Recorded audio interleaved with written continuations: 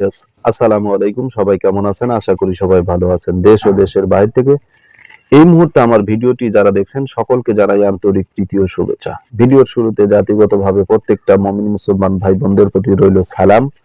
আসসালামু আলাইকুম। হিন্দু দাদা দিদির প্রতি রইল আদাব বা নমস্কার। অন্যান্য ধর্মের সকল ব্যক্তির গণের উপরে রইল আন্তরিক প্রীতি ও শুভেচ্ছা এবং মন থেকে, মনের অন্তঃস্থল থেকে গভীর ভালোবাসা।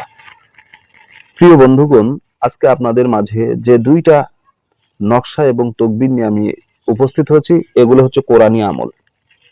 পবিত্র কোরআনে কিছুগুলো আয়াতকে ব্যাখ্যা এবং বিশ্লেষণা করে এই নকশাগুলোকে তৈরি করা হয়েছে। তো যাই হোক, এই নকশাগুলোর প্রতি পরিপূর্ণ ইয়াকিন এবং বিশ্বাস আপনার থাকতে হবে। পরিপূর্ণ ইয়াকিন এবং বিশ্বাস যদি আপনার থাকে, তাহলেই এই নকশা এবং এই তকবিরের মাধ্যমে আপনি ফলাফল লাভ করতে পারবেন এবং অবশ্যই আপনি উপকৃত হবেন। কিন্তু যদি আপনার বিশ্বাস এবং ইয়াকিন না থাকে, তাহলে ভুলেও এই সমস্ত কাজ করবেন না, ক্ষতিগ্রস্ত হবেন। কারণ কোরআনে আমল করতে গেলে সর্বপ্রথম কোরআনের প্রতি আপনাকে পরিপূর্ণ বিশ্বাস অর্জন করতে হবে। এখন আপনার পরিপূর্ণ বিশ্বাস তো দূরের কথা, বিন্দু পরিমাণ আপনার ভালো বিশ্বাস নেই, তাহলে আপনি এই কোরআনী আমল করে আপনার কোনো ফায়দা হবে না। মহান আল্লাহ তাআলার প্রতি আপনার এই নিয়ত করতে হবে যে চেষ্টা আমার সাফল্য মহান আল্লাহ তাআলা অবশ্যই দিবেন।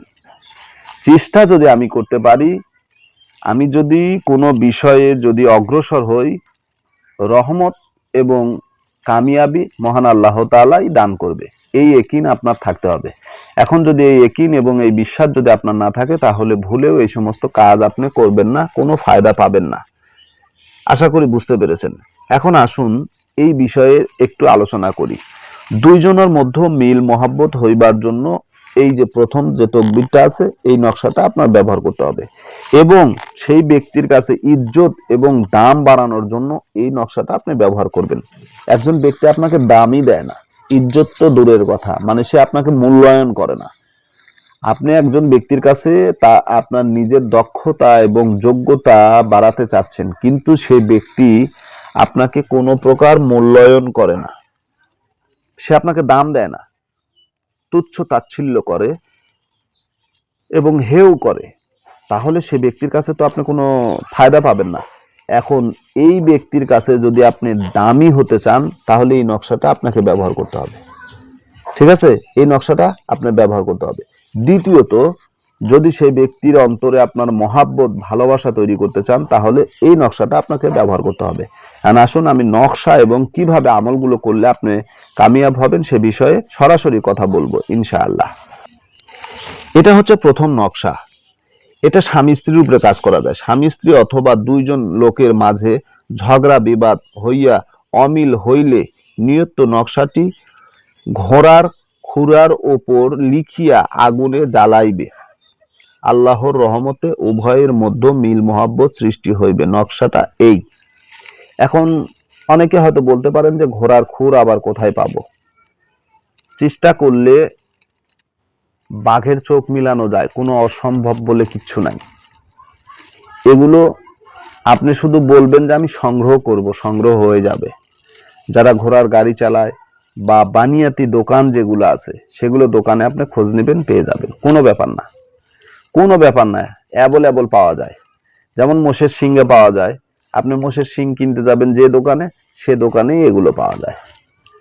বিশেষ করে বানিয়াতি দোকানে এগুলো বেশি পাওয়া যায়। তারপরে যেখানে শিং টিং বিক্রি হয় সে সমস্ত জায়গায় পাওয়া যায়। দ্বিতীয় যে নকশাটার কথা বলছি, এটা ভালোবাসা ও ইজ্জত লাভের একটি তকবির। ঠিক আছে, যে ব্যক্তির কাছে আপনি ইজ্জত বাড়াতে চান, আপনি এই নকশাটা ব্যবহার করবেন। নকশাটি লিখিয়ে শরীরে ধারণ করিয়ে যেখানে যাইবে, সেখানেই লোকেরা তাহাকে সম্মান করিবে। ঠিক আছে, এবং তাহাকে সকলেই ভালোবাসিবে। যদি এই নকশার নিচে আপনি কোনো ব্যক্তিকে উল্লেখ করে, যে এই ব্যক্তি আমাকে মহব্বত করে না, ভালোবাসে না, মহান আল্লাহ তাআলা যেন তার অন্তরে আমার প্রতি ভালোবাসা সৃষ্টি করে দেয়, সে যেন আমাকে ভালোবাসে, তার নামটা লিখবেন, তার বাবার নামটা লিখবেন। আপনার নিয়তটা থাকতে হবে এরকম যে মহান আল্লাহ তাআলা, আমি তোমার পবিত্র কালামকে সাক্ষী রেখে, এই কালামের কোনো ক্ষমতা নেই, সমস্ত ক্ষমতার মালিক একমাত্র তুমি, তোমার কাছে আমি সাহায্য চাই, তোমার ওই বান্দা সে আমাকে ভালোবাসে না, সে যেন আমাকে ভালোবাসে বা মহাব্বত করে। মহান আল্লাহ তাআলা আপনার এই কাজটাকে কামিয়াব করবে এবং সঙ্গে সঙ্গে এটার ফলাফল দান করবে। আশা করি বুঝতে পেরেছেন। সকলে ভালো থাকুন, সুস্থ থাকুন, সকলের সুস্বাস্থ্য কামনা করে আজকের মতো বিদায় নিচ্ছি। চ্যানেলটি ভালো লাগলে সাবস্ক্রাইব করবেন নিত্য নতুন এই ধরনের ভিডিও পাওয়ার জন্য, এবং যদি ভালো না লাগে তাহলে দেখতে থাকুন, দেখতে দেখতে ভালো লাগা ভালোবাসা হয়ে যাবে ইনশাআল্লাহ। আজকের মতো এখানেই শেষ করছি। আল্লাহ হাফেজ।